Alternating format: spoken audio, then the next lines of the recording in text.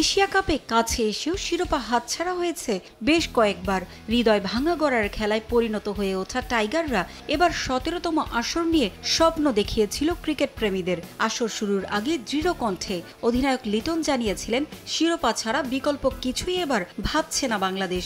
B গ্রুপে দুর্বল হংকংয়ের বিপক্ষে প্রথম ম্যাচে জয়ের পর দ্বিতীয় ম্যাচেই সেই চিরচেনা রূপে ধরা দেয় টাইগাররা।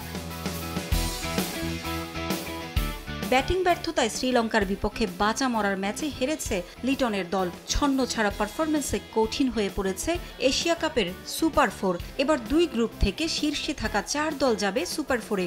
এশিয়া কাপে বি গ্রুপে এখন পর্যন্ত শীর্ষে থাকা আফগানিস্তান ম্যাচ খেলেছে মোট 1টি। হংকংয়ের বিপক্ষে উদ্বোধনী ম্যাচে 94 রানের দাপুটে জয়ে তাদের পয়েন্ট 2, নেট রান রেট 4.700।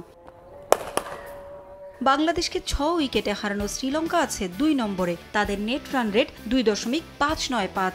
দুদলই বাংলাদেশের চেয়ে নেট রান রেটে বেশ এগিয়ে আছে। 3-এ থাকা বাংলাদেশের সংগ্রহ 2 পয়েন্ট, নেট রান রেট -0.650।